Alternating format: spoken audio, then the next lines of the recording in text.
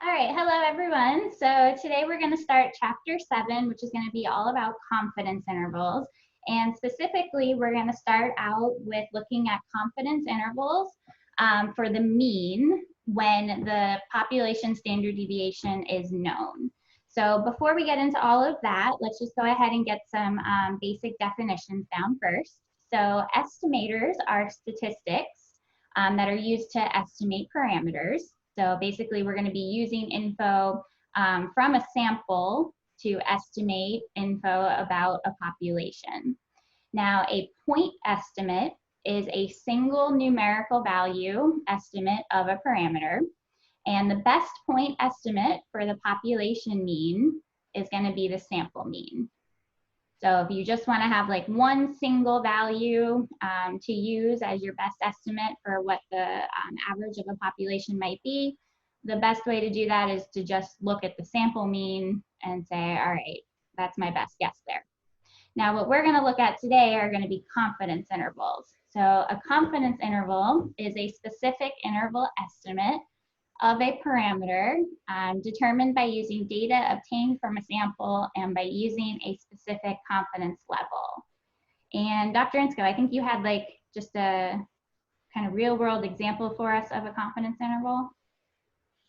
Yeah, I mean, it'd be pretty realistic for me to say that my estimate for the average score for this class in the first exam is going to fall in some interval, like let's say 75 to 95. And so I think the average score for our class is going to fall somewhere in that interval. And I would even say that I'm like 90 to 95% confident that's going to happen. Okay, great. So you kind of told us, like, you gave us a value to basically tell us like how confident you are. I think you said like 90 to 95% confident. And then you gave us an actual interval of values for what you think the, was it test scores? Yeah. Test scores would be.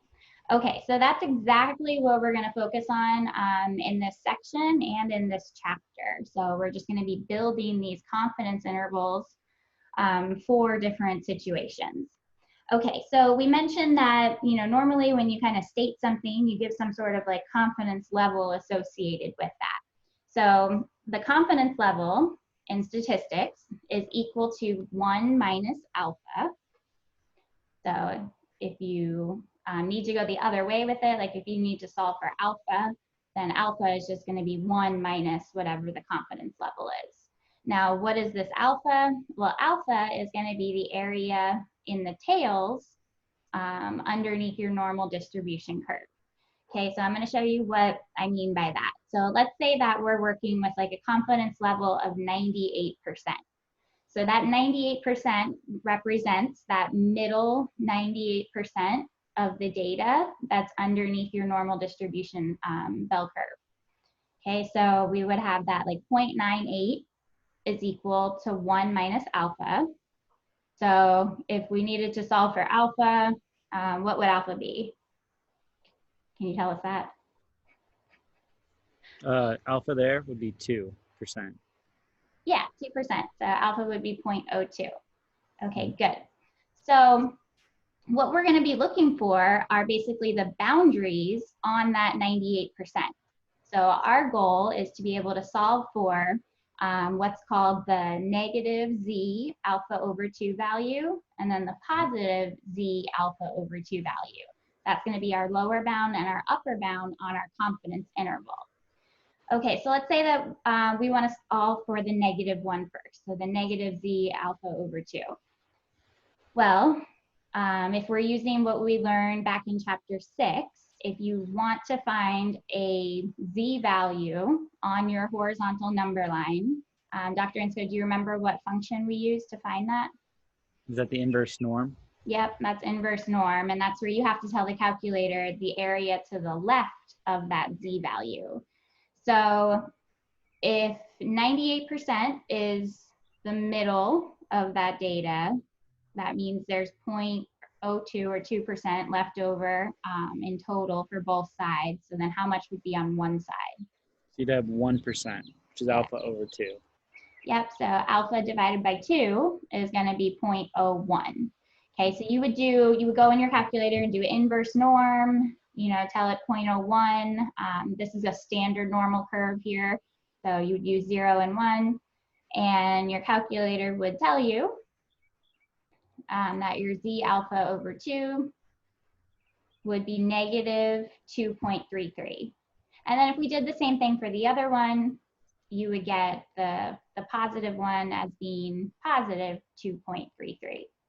Okay, and that would be your upper bound and your lower bound on that confidence interval, if it's a standard normal curve.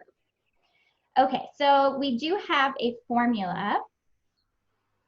Oh, and the Z alpha over 2, that's also called the critical Z value. So if you hear us refer to that, that's what we're referring to. It's okay, the critical now Z value for that confidence interval, right? Yes. Yeah. Yeah, your critical Z value changes, for every problem that you do. Okay. Yep. Okay, now what if you don't have like a standard normal distribution? Well, we do have a formula that we can use for the confidence interval of the mean, and then this is kind of the important part of this section.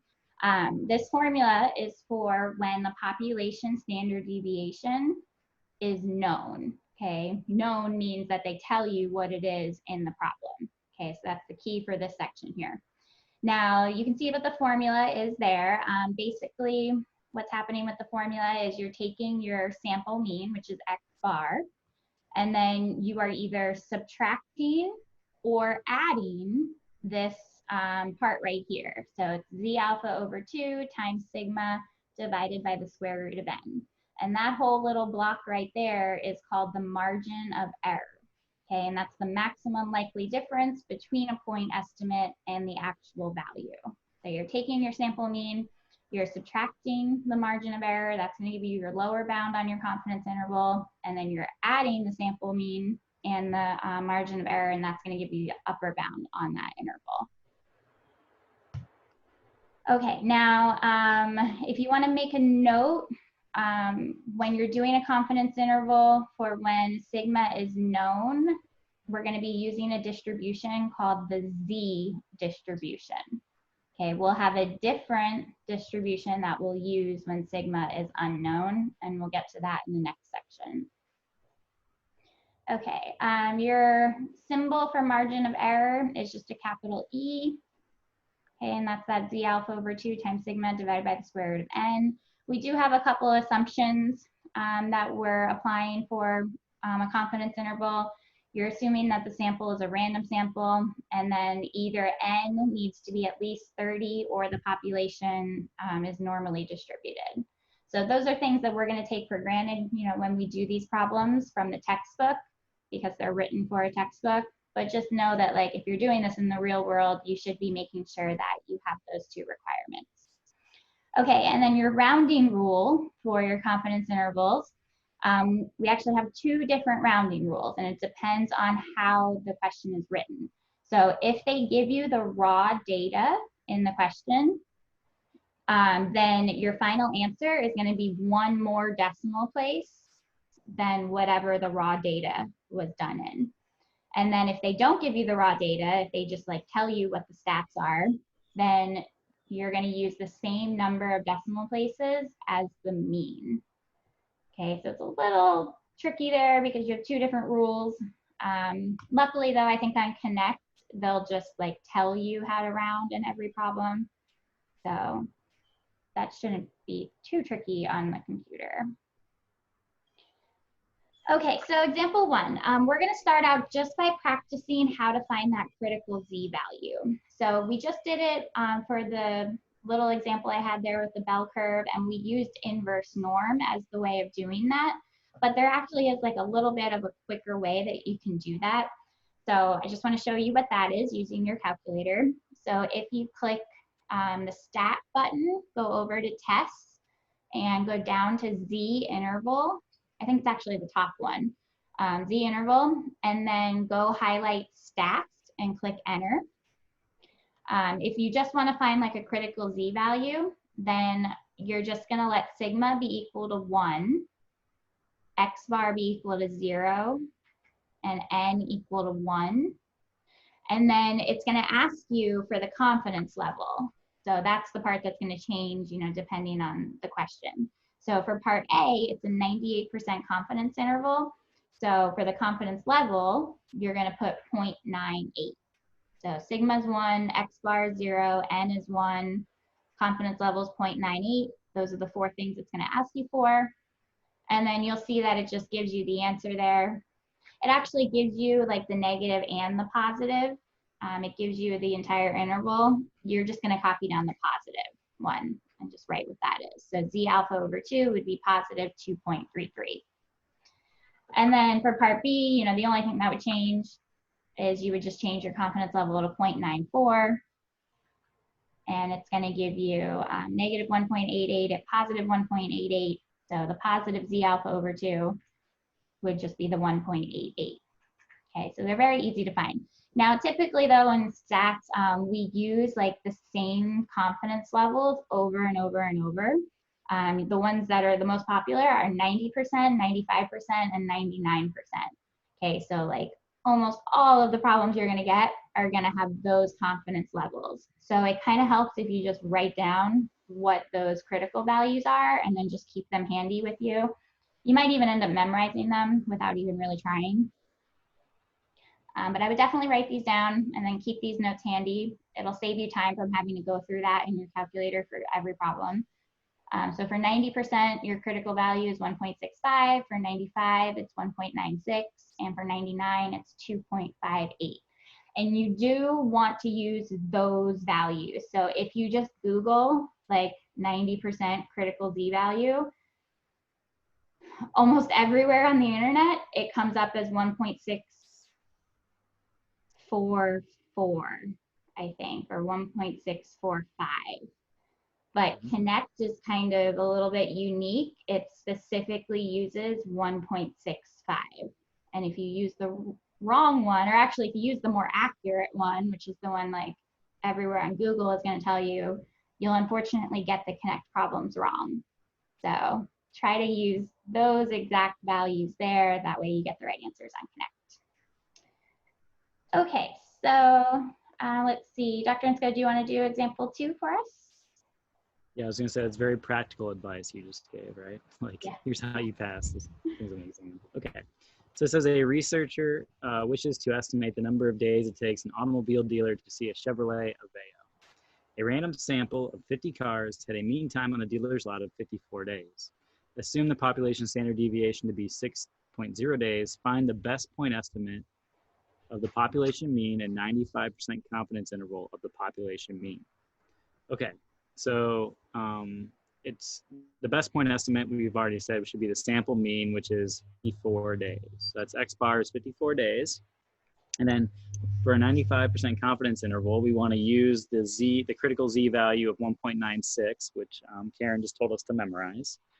And so now what we're going to do is we're going to calculate the confidence intervals by taking that mean, 54 days, minus the margin of error, which would be 1.96 times sigma, which is 6. We were given that the standard deviation, the population standard deviation was 6. And then we divide by the square root of n, which is the square root of 50. And we calculate that, and that should be 52.3 days. And then we do the same thing for the upper bound. We take 54 plus, and then 1.96 times 6 divided by the square root of 50, and we'll get, I think, 55.7, okay? And so we can say with a 95% confidence that the interval, and now we're going to round down to 52 and up to 56 days, contains the population mean based on a sample of 50 automobiles. And the reason why we do that, why we rounded to the nearest whole number, is because the mean, the sample mean X bar was given to us as 54 days, and so we want to keep the same units. So we rounded to 52 and 56 for our confidence interval. Is that correct, Karen? Yeah, that was really good. And you actually made that formula look really easy. So I don't think that's terrible to, actually, do by hand. But I'm sure a lot of students are thinking, they have these super powerful calculators. Is there any way to do this confidence interval in their calculator? Or maybe no one's actually thinking that, I don't know. But the answer is yes. So that entire formula for the confidence interval is already programmed in the calculator. So now that we just kind of did that example once where we showed you all the pieces of that formula, well, you don't have to actually do that anymore.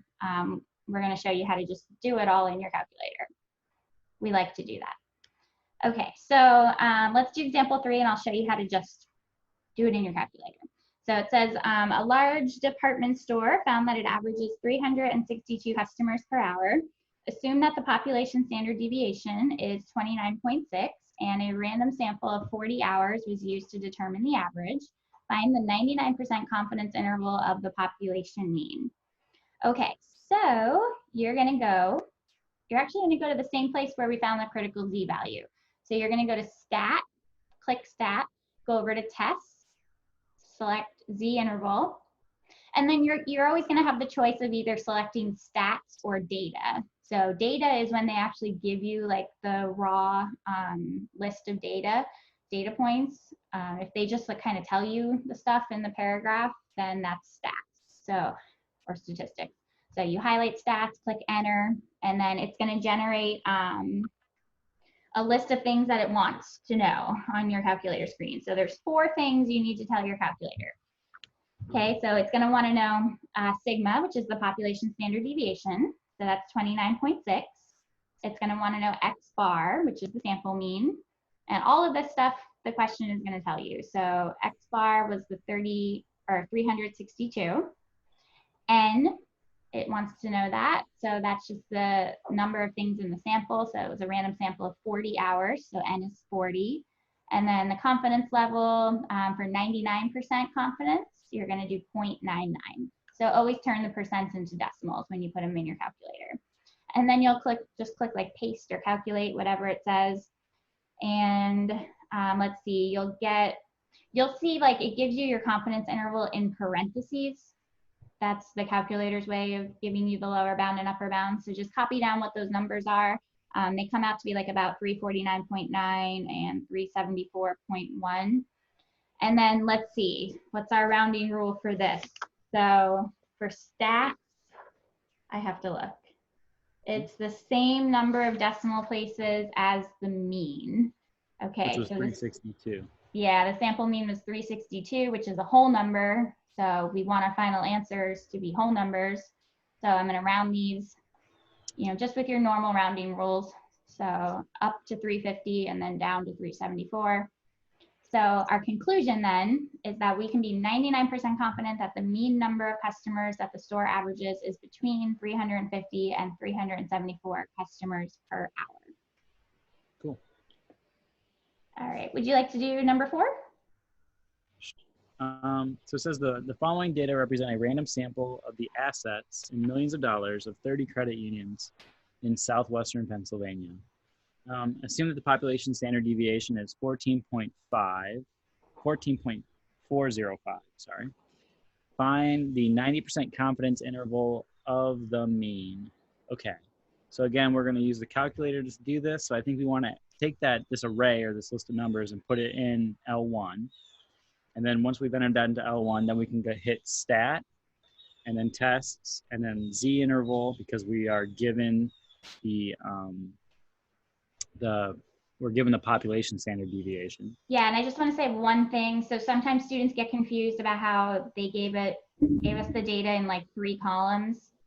That's completely, that's just how it was written, right? So it's all just one long list of numbers. So just put them in whatever order you want into your calculator. Just make sure you have every number and you put it into L1. Okay, cool. Yeah, I guess a good way to check you have every number is just to count up how many there are, right? Yeah. So we got 1. And you have to be really careful when you put these numbers in your calculator. Like if you even mess up like one little number at the end of like a decimal place, it really does throw the answer off just enough for Connect to mark it wrong. So if you're getting stuff that's like slightly wrong on Connect, always go double check that you typed your numbers incorrectly. Okay, thanks. Sorry to interrupt you again. No, that's fine. It's good advice. It's like as teachers, we can see that and be like, oh, they were close. They probably just had a small rounding error. But yeah. Connect Math just isn't that smart. Okay, so again, yeah, we hit stat, tests, and then z-interval because we're dealing with population standard deviation, and then data. And we enter in 14.405 for our standard deviation. We type list L1, frequency 1, and then we wanted a 90% confidence interval, so we're going to type that in as 0.90, and it'll just spit out the following interval, 6.765 and 15.417. And so we're 90% confidence that the population mean mu falls within that interval. So that's the average number of or values of assets in millions of dollars. So the average is somewhere between 6.75 million and 15.417 million. Is that okay? Yeah, sounds easy enough. Okay, so we have one other topic that we want to mention for this section, and that is if you need to determine the minimum sample size for an interval. Okay, so if you know like how accurate you want your interval to be, then the minimum sample size is just telling you, all right, how many things do I need to sample, at least how many things do I need to sample in order to be accurate, within a certain amount. Okay, so it's an easy formula. It's n equals your critical z value times the population standard deviation divided by e, which is the margin of error, and then it's squared on the outside there. Now, usually for margin of error, sometimes students have a hard time figuring out what that is in the problem. The key word that most of your questions use, oh, I guess I don't point that out yet. Okay, I'll point that out when we get there. As far as the formula, main thing to know is that you always have to round up fractions and decimals. So if you get any sort of decimal, so if it's not a whole number, then you always have to round up. Okay, and we'll kind of explain that more as we get to an example. So we'll just do example 5 here. So it says a scientist wishes to estimate the average depth of a river. He wants to be 99% confident that the estimate is accurate within 2 feet. From a previous study, the standard deviation of the depths measured 4.33 feet. Okay, so let's see, our z alpha over 2, what is that going to be? Do you know what it is for 99%? I think I have that one memorized. 2.58. Yeah, 2.58. Okay, good. So we'll jot that down. And that's really the only thing you have to kind of figure out before you go to the formula. So let's see, n is going to be equal to the 2.58 times sigma, which is the standard deviation. So that's the 4.33. And then it's all over E, the margin of error. Now, rarely will the question say like the margin of error is, okay? But what I was trying to say before is that they usually say the phrase like you want to be accurate within a certain amount. Okay, so that's just another way of saying what your margin of error is. So it says the estimate accurate within 2 feet, so the margin of error would be 2 for this problem. So 2 goes in the denominator, and then just make sure you square it on the outside. Type that whole thing into your calculator, and you'll get about 31.2. Okay, now as far as rounding, so if we need a minimum of 31.2, what are we talking about? Like, yeah, sampling the depth of the river. Yeah, if you need a minimum of 31.2, and you obviously can't have like 0.2 of a sample, then if I round that just down to 31, is that going to be enough? No. No. So it's a minimum of 31.2, so that's why you always have to round up. Okay, so we're going to go up to 32 so that we ensure that we're going to be accurate enough. And if you can take 31 measurements, I'm pretty sure you can take a 30-second. Yes, very true. Okay, so the scientist needs a sample of at least 32 measurements to be 99% confident that the estimate is within 2 feet of the true mean depth. Any questions on margin of error? No, I mean, so I guess you got that n from the previous formula. We already talked about margin of error as being thing like z sub alpha 2 times sigma over the square root of n, and you're basically just solving that equation for n instead of e, right? Yeah. Okay. Of course, not. This is talking as a math professor who is used to looking at equations and solving for different things. But. I'm sure someone else noticed that, maybe. All right, so we're actually going to do section 7.3 as well, and that's because it's really, really similar to what we were just doing in 7.1 and 7.2. Okay, so the only thing different about this section, it's still confidence intervals for the mean, but the only thing different is that now we're not going to know what the population standard deviation is. Okay, so now that's unknown. So before we used a z distribution, which is why we went to z interval in the calculator. Well, when sigma is unknown, we're going to use what's called a t distribution. Okay, so it's just the letter that changes. Pretty much everything else is the same. So I kind of jotted down some like similarities and differences to like the standard normal curve. So when the population standard deviation is unknown, I'll just kind of briefly go through these. Your similarities are that it's still bell-shaped, it's still symmetric about the mean, median, mode are all 0. You know, your curve is still never going to cross the x-axis. The differences, though, is that the variance is going to be more than 1. And then the t-distribution, it's actually not a single curve. It's an entire family of curves. So it's quite a bit more complicated if you don't know the population standard deviation. And that family of curves is based on something that's called degrees of freedom, which they themselves are based off of the sample size. We're not going to get into what degrees of freedom are right now, but later in this class, we will talk about that and how you find that and all. And then as n goes towards infinity, it becomes a normal distribution. So you don't technically have to know any of that. But if you do want to like read more about the t-distribution, they do kind of talk about it a little bit more in depth in your textbook. So just in case you're interested. Okay, so your critical value, instead of z alpha over 2, it's going to be t alpha over 2. We still just refer to it as the critical value. And then the confidence interval formula, it's really similar. It's just some notation basically that changes. So instead of z alpha over 2, it's t alpha over 2. Instead of sigma, it's just going to be your lowercase s, which is just the sample standard deviation. And we're not going to do an example where we have you guys do that formula by hand. Basically, it's because half of the calculators don't have the capability of figuring out that t alpha over 2 value. That's kind of a newer thing with calculators. So, but the good thing with the calculators is that they'll still just figure out the entire interval for us. Kind of weird that it won't tell you what the critical value is, but it will do the entire interval. So we'll show you that when we get to an example. Now, the main thing is just how do you know when to use a z or a t interval? So you need to see the words population standard deviation in order to use a z interval. If you don't see that, then just by default, use t. Okay, so if they don't tell you the standard deviation of the population, use t. Okay, and then some other, keywords are if they tell you what the sample standard deviation is, then that's definitely a giveaway that you should use t.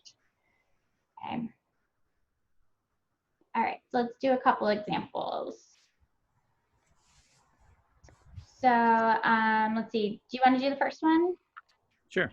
So it says a random sample of 10 children found that their average growth for the first year was 9.8 inches. Assume that the variable is normally distributed and the sample standard deviation is 0.96 inches. So find the 95% confidence interval of the population mean for growth during the first year. Okay, so they've done this study and they've only looked at 10 children and they can calculate the sample standard deviation for those 10 children.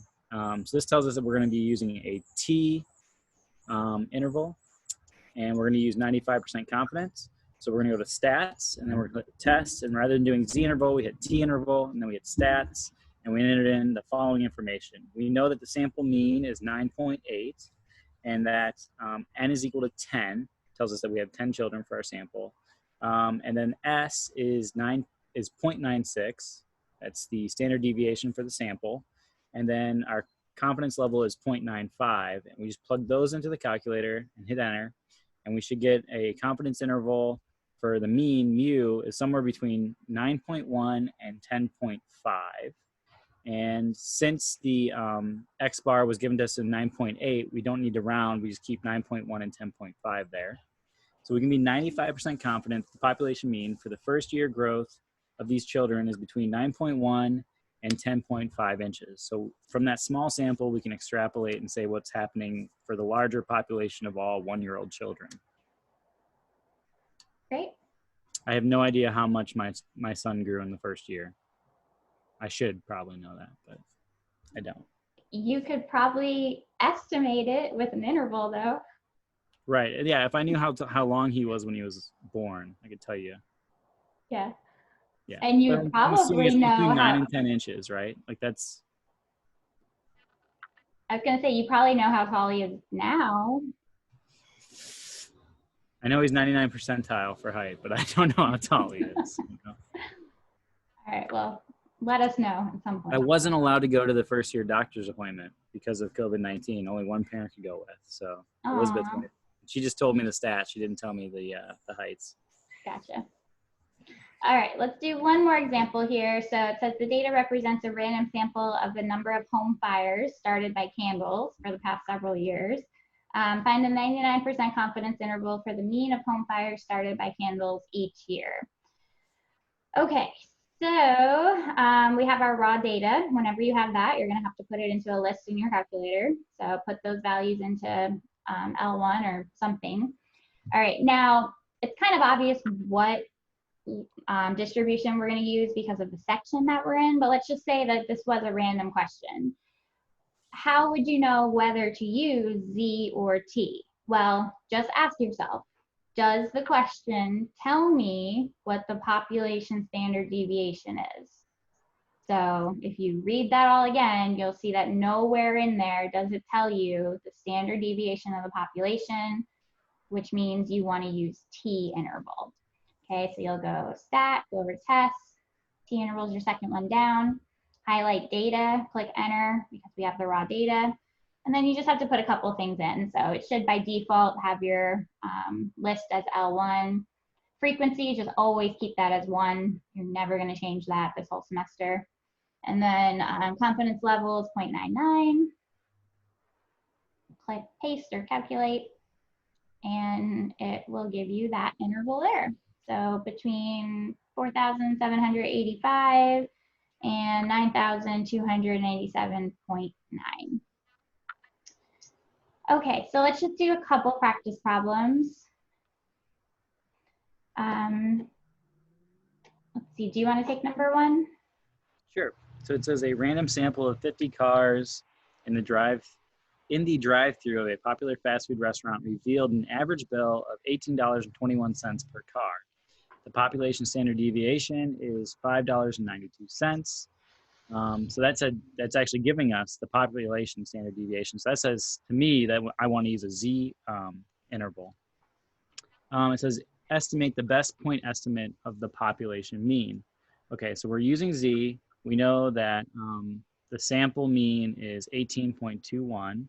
And so we're going to go to Z interval stats. We're going to put in sigma is 5.92 because that's the population standard deviation. X bar is 18.21. The sample size was 50. That's n equals 50. And then the confidence level that we want is 98%.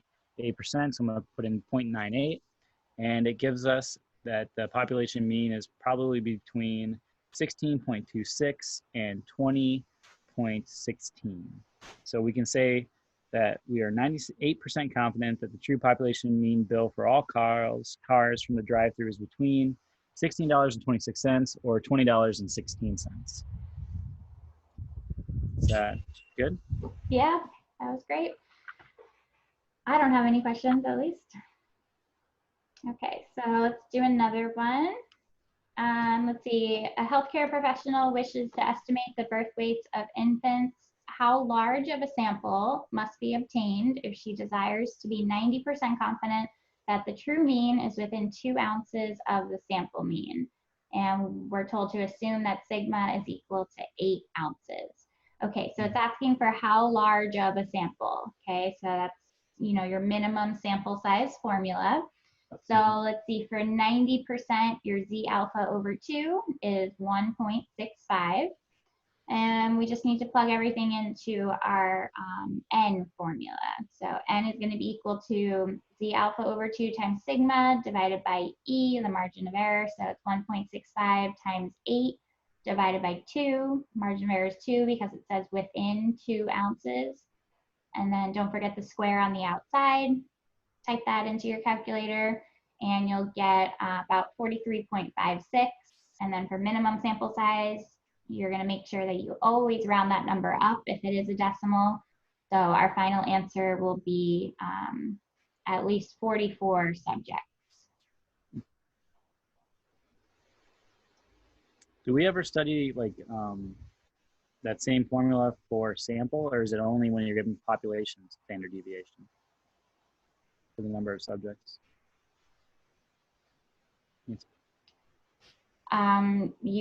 No, I don't know how you would do it if you don't know the population standard deviation.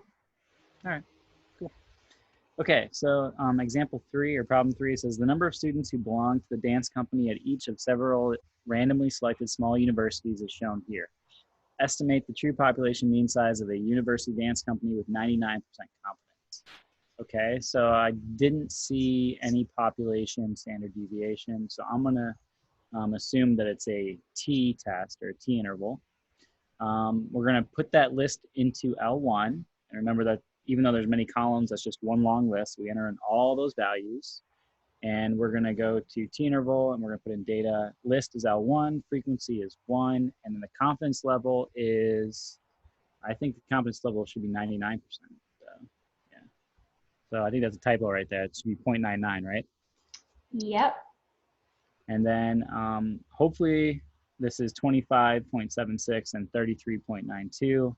But you can put the comments in the YouTube video if it isn't. So we can be 99% confident that the true population mean size of a university dance company is between 25.8 and 33.9. And if it's not, then just put comments into YouTube. I'm fairly confident that the answer is correct. Yeah. Because I feel like I definitely would have changed that on my answer key if the answer was wrong. I think I just wrote the wrong confidence level, but I think I still did it in the calculator right. But yeah, they can let us know in the comments if that's wrong. It's still really kind to give all these examples like as practice problems before having anybody do homework. That's good. All right. And that's the last slide. Yeah, that's the end of the first 3 sections of chapter 7. So we'll just have one more video for you guys where we do section 7.4. Cool. Thanks, Karen.